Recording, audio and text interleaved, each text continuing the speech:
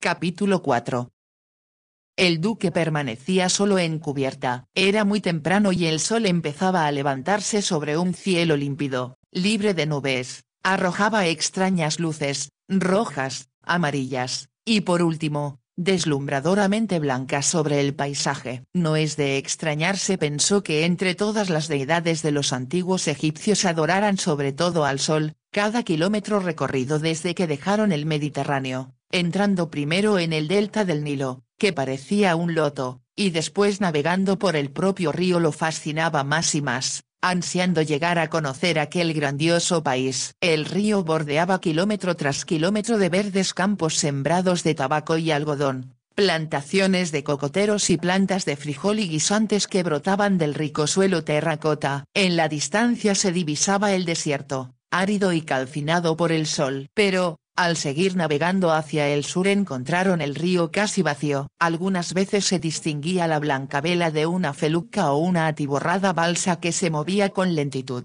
pero aparte de estos encuentros ocasionales solo los acompañaban los pájaros. Aparecieron ante su vista aldeas de casas construidas con lodo, de techos planos cubiertos con hojas de palma, pacientes burros que llevaban pesadas cargas sobre sus lomos, y hombres vestidos con el típico traje blanco o jellabas, que laboraban en los campos. Utilizaban azadones e implementos que, pensó el duque, serían sin duda de la misma clase y forma que los que sus antepasados habían usado 5000 años antes. Le interesó en especial la gimiente bomba de agua o saduf, un primitivo aparato de cubos atados a una rueda vertical, operado por un molino circular que se mantenía en continuo movimiento por la fuerza de incansables burros o bueyes. Pero lo que más le emocionaba era que muy pronto tendría ante sus ojos los templos y las estatuas que habían erigido los faraones de Tebas. Él mismo no podía explicarse por qué se sentía tan intrigado y por qué experimentaba una ansiedad que jamás había conocido antes. Era como si todo lo que estaba contemplando y aún lo que empezaba a sentir por aquel país le resultara familiar. Fue este sentimiento lo que le hizo denegar la petición del grupo para que se detuvieran en El Cairo, y disfrutaran del espectáculo de las bailarinas del vientre y otras exóticas diversiones, en vez de apresurarse para llegar a Luxor. Habían visto en la lejanía las grandes pirámides, pero el duque rehusó cambiar sus planes. Solo a Amy Southwell le había complacido esta decisión porque ello significaba que Charles continuaría tomando las cosas con calma, pasando la mayor parte del tiempo sobre cubierta o leyendo o durmiendo. Se levantaba al atardecer para unirse a las risas y la conversación durante la cena e insistía en que Lily usara sus poderes para ver el futuro de sus transacciones de negocios. Solo espero que obtenga participación en la gran fortuna que te está ayudando a juntar, comentó el duque. Ve con cautela, Charlie, porque si miras a tu alrededor observarás que aún los más grandes imperios pueden desaparecer sin dejar más rastro que piedras y rocas. Falta mucho para que el imperio de Lord Southwell desaparezca, dijo Lily. La verdad es que todavía no ha llegado a su apogeo. Percibió que cuando hablaba con los ojos semicerrados, como si oyera por algún punto al futuro, Charles le creía ciegamente. Y los otros también parecían impresionados. Lo que decía respecto al duque, la encontraba tan linda que poco importaba lo que él decía. Observaba los labios de ella porque los encontraba adorables para besar, y no porque dijeran profecías que solo el tiempo podría confirmar. Aunque Lily fingiera entender o deseara que él fuera solo, sin interrumpir el viaje, lamentaba en lo más íntimo no haber tenido oportunidad de visitar las tiendas del Cairo, especialmente las joyerías. Lord Southwold había aludido varias veces a la promesa de darle unas esmeraldas, y el duque, notando que poseía pocas joyas y bien inferiores a las de Lady Amy, prometió regalarle diferentes prendas con diamantes que brillaran tanto como sus ojos. No sé cómo una mujer puede ser tan linda, le dijo más de una vez. Como era su madre. Lily sintió miedo solo de pensarlo, cómo él quedaría horrorizado si supiera la verdad. En vez de eso mintió fingiendo tristeza. Oh, no recuerdo. Murió poco después que nací. Aunque mi padre siempre decía que era una criatura adorable. Entonces usted debe ser parecida a ella. Pero su padre era inglés. ¿Cómo conoció a su marido? Mi padre siempre iba a cazar a Escocia, y cuando yo tenía 17 años, Él me llevó consigo. Mi marido acostumbraba decir que se enamoró de mí desde el primer minuto en que me vio. Lo que no es de admirar. Fue muy romántico. ¿Él era mucho más viejo que usted? Mucho más. Creo que en cierta forma, yo lo veía como un padre cariñoso, nunca amé de verdad. Hasta conocerlo a usted. Su confesión hizo que el duque la besara apasionadamente, y para alivio de Lily, no hablaron más de su pasado. Mientras tanto ella sabía que para ser duquesa, precisaba que todos creyeran que tenía antecedentes intachables. Por eso inventó algunos parientes famosos, todos ya muertos claro, y que habían vivido en las Islas Británicas para justificar el hecho que el duque o sus amigos nunca hubieran oído hablar de ellos. Se comentaba que la familia Mía descendía del rey de Irlanda, contó en cierta ocasión durante la cena, y mi marido creía que los Kimes descendían de uno de los reyes de Escocia. Entonces no es de sorprender que la señora tenga poderes de clarividencia, recordó Lord Southwold. Sangre irlandesa y escocesa forman una mezcla explosiva y mística. Y grandes bebedores, comentó Harry con una sonrisa maliciosa. Todos rieron, pero Lily llegó a la conclusión que cada vez Harry le gustaba menos. Estaba segura de que era la única persona a bordo que dudaba de sus poderes y sospechaba también que no aprobaba su relación con el duque. Encontraba empero, que él jamás comentaría eso con su amigo, pues su antipatía por ella parecía infundada, ya que Lily no se cansaba de decir al duque cómo le gustaba a todos sus amigos. En especial a Harry. Ella todavía no había percibido que todo lo que conversaba con Darcy entraba por un oído y salía por el otro, como acostumbraba a decir la vieja nana de él. Para el duque, Lily no pasaba de ser una de las tantas bellezas de aquel viaje, y su aire de misterio ni siquiera se comparaba con la extraña sensación que lo dominaba. A medida que navegaban para el sur, la impresión de estar volviendo a su propio pasado. Darcy había ya leído casi todos los libros que compró sobre Egipto, mas nadie a bordo había reparado que no comentaba sobre lo que leía. Si Lily fuese un poco más astuta, habría percibido el significado de eso. Más satisfecha con su aparente progreso en sus planes, no comprendió que el pensamiento del duque vagaba por nuevos caminos, casi opuestos a todo lo que le interesaba hasta entonces. Los libros suscitaron cientos de preguntas para las cuales el duque no encontraba respuesta, y él había decidido que al volver a Londres visitaría el Museo Británico y buscaría un egiptólogo capaz de explicarle muchas cosas que lo confundían. Mas si todo el resto era un misterio, de una cosa por lo menos estaba seguro: el centro más importante del imperio egipcio era Tebas, y su mayor tesoro era Luxor, para donde se dirigían. El duque insistió en que el yate pasara las noches anclado para no perturbar con su ruido el sueño de los pasajeros, y que partiera muy temprano aquel día, pues quería ver Luxor al romper de la aurora. Ahora que el sol surgía bañado de un color de rosa pálido entre las colinas rocosas de Tebas, el duque comprendía que estaba delante del cementerio de los faraones, el lugar llamado el Valle de los Reyes. En el margen oriental del Nilo, los pilares del templo aparecían recortados contra el cielo azul. Antes de partir de Londres le habían dicho que los egipcios estaban construyendo un lujoso hotel, el Winter Palace,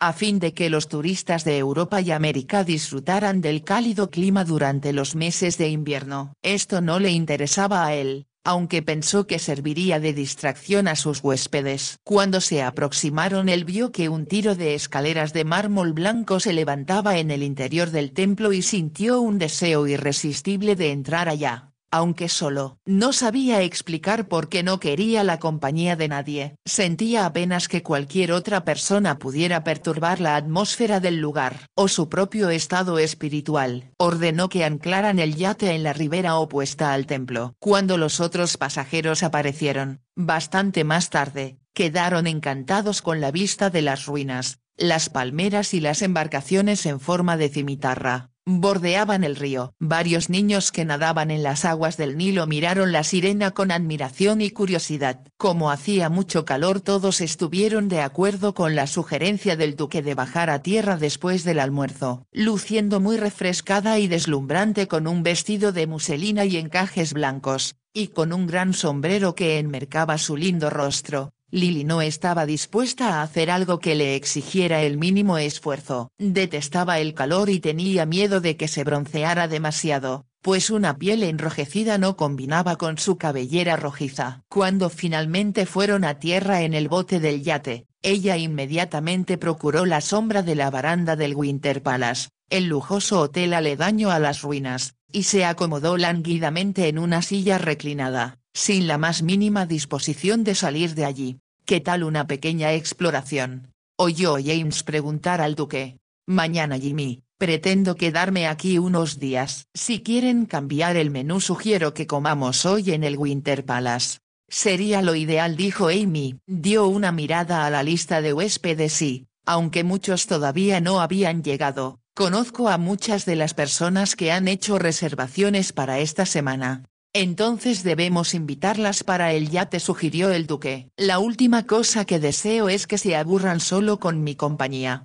¿Cómo puede decir eso?, preguntó Lily suavemente. La manera como lo miró reveló que nunca se sentiría aburrida a su lado. El clima había refrescado y ya oscurecía cuando se preparaban para volver a la Sirena. Todos ya se habían acomodado en el bote que los llevaría para el yate cuando el duque dijo inesperadamente: vayan adelante. Más tarde me reuniré con ustedes. Primero quiero estirar un poco las piernas. ¿No quieres que vaya contigo?, preguntó Harry. No, por favor, cuida de todos por mí. Se alejó rápidamente, antes que Lily pudiera decir alguna cosa, y ella frunció el ceño preocupada. No le gustaba la idea de dejarlo solo. Por otro lado, no tenía ningún deseo de andar en aquel lugar polvoriento. A pesar de estar más bien fresco que una hora atrás, cualquier ejercicio le sería extenuante. Sin embargo, el duque necesitaba ejercitarse. Notó cómo él acostumbraba a nadar todas las mañanas a pesar de los avisos de sus invitados de que podía ser atacado por cocodrilos. Una caminata le hará bien, se consoló Lily. Y cuando regrese a bordo me encontrará más linda que nunca, pensó. Así que al llegar al yate, fue directo a su camarote para vestirse con un traje diáfano que revelaba cada curva de su cuerpo. Después, en vez de reunirse con los otros en el salón, se dirigió al camarote particular del duque, se recostó en el sofá y se quedó esperando por él. Finalmente solo, el duque caminó deprisa a lo largo del margen del río. El día entero había esperado por ese momento y trataba de recordar lo que había leído sobre el templo de Luxor. Imaginaba que por ser tarde los turistas ya habrían visitado las ruinas y regresado a su hotel. Al aproximarse al templo notó aliviado que no había realmente nadie por las inmediaciones. Los macizos pilares de entrada eran flanqueados por colosales estatuas de Ramsés II en excelente estado de conservación. Dasher entró por la inmensa sala principal cercada por una hilera doble de columnas que, por lo que había leído, llevaban a otra sala grande al aire libre. Por algunos minutos se quedó parado, dejándose envolver por la atmósfera del lugar, casi como si usara algún sexto sentido. Lentamente y en silencio caminó hasta donde los altos pilares blancos proyectaban sombras negras sobre la arena. Estaba mirando para el interior de una pequeña cámara que daba para el río cuando vio el perfil de una mujer. Al principio, no tuvo la seguridad de que era real o una figura grabada en uno de los pilares. Solo sabía que el perfil era egipcio, con una nariz y mentón puntiagudos. Se detuvo mirándola, pensando que estaba soñando y al mismo tiempo consciente que aquella era una belleza perfecta que trascendía a los siglos. Entonces ella se movió y percibió que, como su cuerpo estaba en la sombra, hasta entonces solo había podido ver su rostro. Dasher se aproximó. Entonces, notó que era muy joven, un poco más que una niña. Su vestido, que se confundía con las sombras, era azul oscuro, y sus cabellos,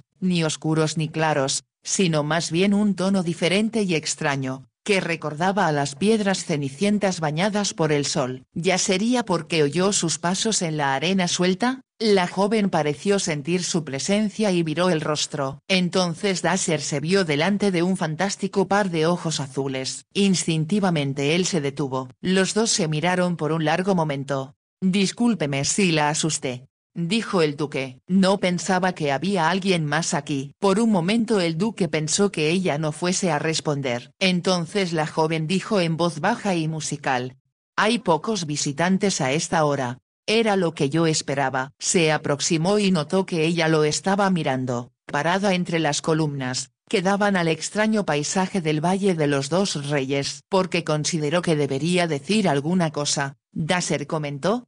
Es muy joven para interesarse por la muerte. Ella se viró para mirar las misteriosas y distantes colinas, cuyos picos se bañaban de un tono de rosa profundo por el sol poniente. La palabra egipcia para tumba significa casa de la eternidad, dijo, después de lo que pareciera al duque un largo silencio. ¿Ellos creían en la vida después de la muerte? Claro. Y como tenían una idea muy precisa de cómo era, llevaban con ellos todo lo que encontraban que podrían necesitar en el nuevo mundo al que irían. Para Daser, eso explicaba muchas cosas que hasta entonces no entendía. Ahora sabía por qué los antiguos egipcios escondían a sus faraones en tumbas secretas, junto con sus objetos personales, ropas, joyas, muebles, carruajes, y hasta la comida. Eran un pueblo feliz, dijo la joven suavemente. Hay quien los consideraba crueles con los esclavos que construían las pirámides, tiranos con aquellos que les servían, y pecadores en la vida. Pero eso no es verdad. ¿Cómo sabe tanto sobre ellos? Ella sonrió, y el duque encontró que era adorable. La mujer más adorable que hubiera conocido, muy diferente de su ideal de belleza. La joven parecía estar en el lugar preciso, como si perteneciese a ese ambiente, cosa que él había percibido desde el instante en que la vio. Vivo aquí, dijo ella en respuesta a la pregunta, y el duque la miró sorprendido. ¿El año entero? Sí, por lo menos desde que mi padre vino a Luxor. ¿Y antes de eso? Viajamos por el país, a veces acampando en el desierto. La sorpresa de él se transformó en perplejidad. Ella parecía tan refinada y frágil, con el calor y las incomodidades del desierto. ¿Su padre era egiptólogo?, preguntó, como si eso lo explicara todo. Ella sonrió nuevamente. En el fondo de su corazón, sí, pero vino a Egipto hace algunos años como misionero. Ese es su verdadero trabajo. ¿Un misionero? El duque encontraba difícil creerlo. Siempre había pensado que los misioneros eran hombres incansables que interferían con la religión de los nativos y generalmente imponían su presencia en los países donde no eran bienvenidos. Habla como si su padre no fuera un misionero muy convencido. Ella hizo una risilla musical, que sonó a sus oídos como un susurro de las hojas de los pinos, sopladas por la brisa que venía del río. Lamentablemente, mi papá se enamoró de Egipto. Sucede con frecuencia. Las personas se dejan envolver, a tal punto que la historia de este país es como si estuviesen soñando con algo de lo que no consiguen despertar. Era exactamente así como el duque se sentía. Me gustaría conocer a su padre. Él podría explicarme muchas cosas que quiero saber, pero no alcanzó a entender. Ella miró al duque y pensando que debía dar una explicación agregó.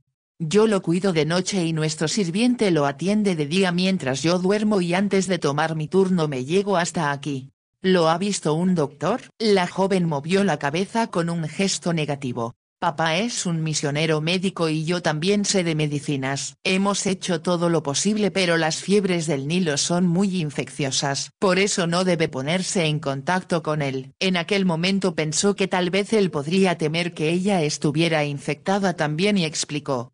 Creo que soy inmune. He cuidado a muchos niños con fiebre y mujeres también, pero nunca he contraído la enfermedad.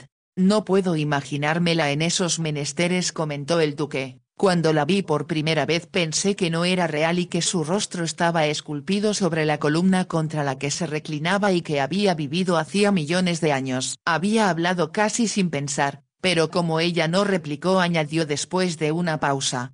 Tal vez ha vivido aquí en el pasado. El duque se dijo que aquella era una idea extraña y pensó que tal vez ella no respondería o se reiría de sus palabras y por eso se sorprendió cuando la oyó contestar. Sé que lo hice. ¿Y usted también vivió aquí? El duque se quedó rígido. La miró incrédulo y ella añadió rápidamente. No debía haber dicho eso, perdónenme.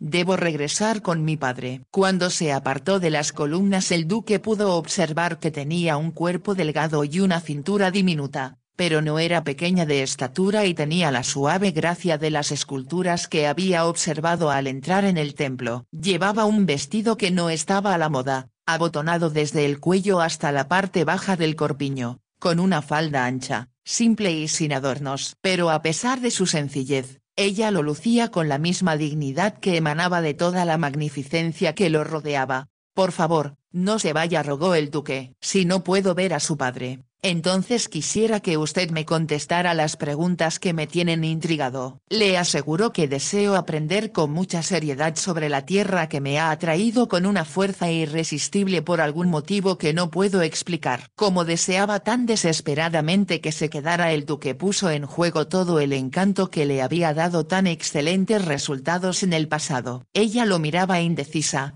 tratando de decidir qué debía hacer. «Hábleme sobre el templo», rogó él. Presentía que lo que le preocupaba a ella era que, como había dicho algo demasiado personal sin advertirlo ahora, como un niño que ha hecho una travesura, deseaba escapar para olvidarlo. «¿Qué es lo que sabe sobre él?», preguntó ella por fin, tratando de restarle importancia al incidente. «Debo confesar mi abismal ignorancia», replicó el duque. Ella rió levemente, y él dijo mientras regresaban al patio: «Creo que deberíamos presentarnos. Soy el duque de Darleston y apenas llegué esta mañana en el yate que está anclado al otro lado del río». «Sí, ya lo he visto». Él, como si pudiera leer sus pensamientos, comprendió que ella estaba comparando desfavorablemente su barco con las galeras que utilizaban los faraones, o con aquellas de velas de seda perfumadas que habían llevado a Cleopatra por el Nilo para encontrar a Marco Antonio. También le hizo sentir que un duque no llegaba a la categoría de un faraón.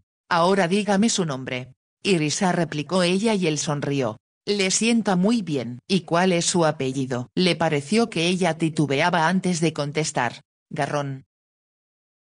Tal vez por no querer hablar más de sí misma, Irisa comenzó a describir detalles interesantes de la sala principal. El duque oía con atención, mas tenía la impresión de que ella hablaba casi como una guía, sin la pasión de un momento atrás. «Hicieron algunas excavaciones aquí», dijo Irisa, «y todavía falta mucho por hacer. Como puede ver, el templo fue, a través de los años, adaptado para otras religiones. Un extraño contraste. Aún así, encuentro que todas las religiones son buenas para el que cree en ellas». «Claro que lo son. Es absurdo que un extranjero intente imponer su religión a quien ya tiene su propia fe. Si su padre también piensa así, puedo entender por qué desistió de ser misionero para concentrarse en estudiar el antiguo Egipto». «No dije que él haya hecho eso», comentó Irisa rápidamente. «Entonces tal vez yo he leído sus pensamientos. Eso es una cosa que no debe hacer». «¿Por qué no?». «Porque los pensamientos son una parte muy íntima de la persona, y leerlos es una intromisión. Creo que nunca habría sido capaz de hacerlo. Pero, mientras usted hablaba, comprendí muchas cosas que no expresó. Y creo que usted ha tenido la misma sensación en lo que a mí respecta». Él mismo se sorprendió al escuchar las palabras que habían acudido involuntariamente a sus labios, como si la voz que las había pronunciado no fuera la suya. «¿Por qué dice eso?». «Tal vez porque me ha hechizado, o quizás se deba a la atmósfera del templo. Solo sé que siento como si hubiera traspasado el velo que separa un mundo de otro, y este mundo es tan real como el que dejé atrás». Ella se volvió de súbito para mirarlo, y mientras el sol poniente envolvía todo el templo con su luz dorada, su cabello refulgía y el azul de sus ojos se hizo más intenso. «Usted me asusta», dijo ella. «Cuando lo vi por primera vez pensé que estaba soñando y sentí que seguía aún dormida cuando me habló. Pero ahora estoy despierta. Y quiero que se aleje. Y que se olvide de que nos hemos conocido. ¿Y por qué habría de hacerlo?». «Deseo hablar con usted». «Si cree en el destino como estoy seguro, entonces sabrá que no fue casualidad que haya venido solo al templo esta tarde y que me estuviera esperando». «Yo no lo esperaba». Dejó de hablar e hizo un gesto de desamparo, como si fuese imposible negar las palabras de él. «Vamos a aceptar que los dioses, o la fuerza que sea que rige nuestros destinos, nos atrajo aquí con algún propósito». El duque se apresuró a decir: «Y ese propósito, en lo que a mí concierne, es descubrir lo que es un misterio, todo lo que los libros no dicen sobre Egipto, principalmente los que afirman que el pasado no guarda relación con el futuro». Percibió que sus palabras la conmovieron. Irisa juntó las manos y dijo: Espero que sí. Pero, primero, tiene que estar totalmente convencido de la verdad de lo que voy a decir. Si tuviéramos la mente receptiva. Hay tantas cosas que ayudarían a la gente de esta nación y de otras también. Entonces, comience enseñándome lo que debo saber. Tal vez yo pueda llevar ese conocimiento a las personas debidas. ¿Puede hacer eso? Preguntó con ingenuidad cómo lo haría un niño. Eso espero, pero como comprenderá tengo que estar convencido completamente del asunto por el que debo abogar. Sí, claro. Pero quizás yo no sea la persona ideal para enseñarle. Si por lo menos papá estuviera aquí ahora. Creo que debemos ir con calma, dijo el duque. Para mí, el primer paso es oír a una diosa llamada Irisa. Ella sonrió, entendiendo que él la comparaba con la diosa Isis, representada en varias columnas del templo. Lo llevó entonces hacia el altar donde había 11 estatuas del faraón en granito rojo, y entre ellas, una miniatura de la reina Nefertiti. Irisa no dijo nada, apenas se detuvo, y el duque miró hacia la estatuilla. Exactamente como ella esperaba que hiciera. Era una bella representación de la reina. Sus exuberantes trenzas caían desde la cabeza hasta cubrirle el pecho. En su hermoso rostro no había señal de ansiedad, y sus labios se curvaban esbozando una sonrisa. La reina era dichosa, sin perder la altivez de una dignidad real. ¿Esta era usted en otra encarnación? Daser preguntó en voz baja. No. ¿Quién entonces? No quiero hablar sobre eso ahora. ¿Hablará en otra ocasión? Tal vez. Irisa tembló, y el duque percibió que era por timidez. Continuaron recorriendo el templo, admirando los altos relieves que mostraban el esplendor de las procesiones que acontecían en los templos de Luxor y Karnak.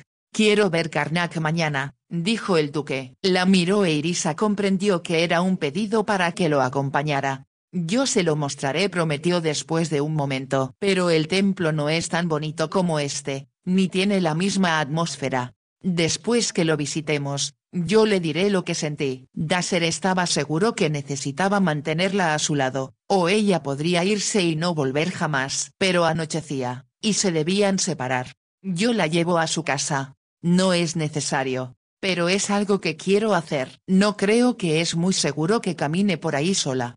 Nada malo me pasará. Todos me conocen y respetan a mi padre. Igual que cuando él intentó convertirlos. Me temo que no lo intentó con mucho ahínco. No realmente. Entonces, ¿qué fue lo que su padre hizo? El duque pensó que ella no iba a responder, pero después de unos segundos Irisa dijo. Desde que llegamos aquí, él se mostró interesado por las excavaciones y las tumbas descubiertas. Puedo entender eso. Él creía que todavía había mucho por descubrir y que los ladrones desarrollaban una gran actividad desenterrando tesoros para venderlos a los turistas, principalmente los americanos. Sin embargo, oí decir que muchos investigadores creen que no hay mucho más por descubrir. Mi padre no cree eso. Ni yo tampoco. ¿Por qué no? Porque sabemos a través de documentos traducidos recientemente, que muchos faraones fueron enterrados en secreto en tumbas mucho más abajo de las rocas, donde los profanadores de tumbas todavía no han podido llegar, pero acabarán llegando, ¿no? Eso es lo que papá teme. ¿Y usted? Yo me siento complacida con volver al pasado e intentar imaginar cómo habrían sido esos reyes y esas reinas. Sí, un pueblo muy feliz. ¿Y usted también es feliz? Ella sonrió como respuesta, y él encontró que esa sonrisa, a pesar de recordarle a la reina Nefertiti, era mucho más adorable. Sí, soy feliz. Mucho después reflexionó que era extraño que la hija de un misionero que sin duda vivía en la pobreza en una tierra extraña y en apariencia sin amigos y sin más compañía que su padre, fuera dichosa de forma que no parecía serlo ninguna otra mujer que hubiera conocido. Irisa lo condujo hacia la parte de atrás del templo, hacia un terreno arenoso sembrado de palmas. También se levantaban allí unas cuantas chozas de lodo y los inevitables niños jugaban alrededor. Más allá se encontraba una casa rodeada de altas palmas y arbustos en flor. Era baja y extensa, construida en madera, y la rodeaba un portal al que se subía por unos escalones al frente de la casa. Sobre el portal se levantaba una cruz de madera y detrás una gastada bandera inglesa. ¿Aquí es donde vives? Lamento no poder invitarlo a pasar, dijo Irisa deteniéndose junto a unos arbustos, pero no quisiera que se contagiara con la fiebre del Nilo. Le agradezco que se preocupe por mí, contestó el duque. Fue solo una observación cortés, pero luego comprendió que eso era realmente lo que ella estaba haciendo. Irisa extendió la mano y el duque se la tomó. Por primera vez Nasser pensó que era desacostumbrado e inusual que ella no usara sombrero. En vez de eso, los cabellos formaban un moño en la nuca, asegurado con horquillas y con una cinta azul. De cierta forma, eso no combinaba con la severidad del vestido. No puedo decirle lo agradecido que estoy de haberla encontrado y agradecido por todo lo que me enseñó en tan poco tiempo, habló con una emoción que llegó a sorprenderlo, y cuando la joven bajó los ojos comprendió que ella se sintió cohibida. Voy a esperar por usted mañana en el mismo lugar. Pensó que tal vez ella no estaría de acuerdo, pues se demoró en responder y le apremió ansioso. Por favor, no falte. Tal vez no pueda ir. Eso no es verdad. Me dijo que está acostumbrada a dormir durante el día. Entonces, ¿por qué no podría encontrarse conmigo entrada la tarde, como hoy, o un poco más temprano? Porque vamos a ir a Karnak. Intentaré estar allá. Se alejó de él, pero el duque continuó y aseguró su mano. Quiero que me lo prometa, por el dios, sea cual sea el que los egipcios acostumbraban a invocar en un momento como este. Una rápida sonrisa surgió en los labios de Irisa, que respondió después de pensar un poco. Tot es el dios de la sabiduría. Y por lo tanto también lo es de la verdad, apuntó el duque. Pues quiero que jure por Tot que irá a encontrarse conmigo mañana y no me dejará esperando, imaginando que soñé con lo que pasó hoy y con miedo de venir a buscarla aquí y encontrar que la casa ha desaparecido. Creo que no debemos incomodar a los dioses con un asunto tan trivial. Iré, si mi padre se siente mejor. En caso contrario, enviaré un mensajero que le avise. Gracias. Sus ojos se encontraron. Consciente de su rango de duque, Irisa hizo una reverencia. Buenas noches, vuestra gracia, y subió los escalones de madera. El duque esperó a que ella llegase a la puerta y mirase hacia atrás. Nunca había conocido una mujer que se alejara de él sin mirarlo al último minuto. Por eso esperó, presto para sonreírle y hacerle un gesto con la mano. Sin embargo, Irisa atravesó el pórtico y pasó por la puerta entreabierta sin mirar atrás, dejándolo con la desagradable sensación de que aquello que los dioses dan, los dioses pueden quitar y que tal vez nunca más la volvería a ver.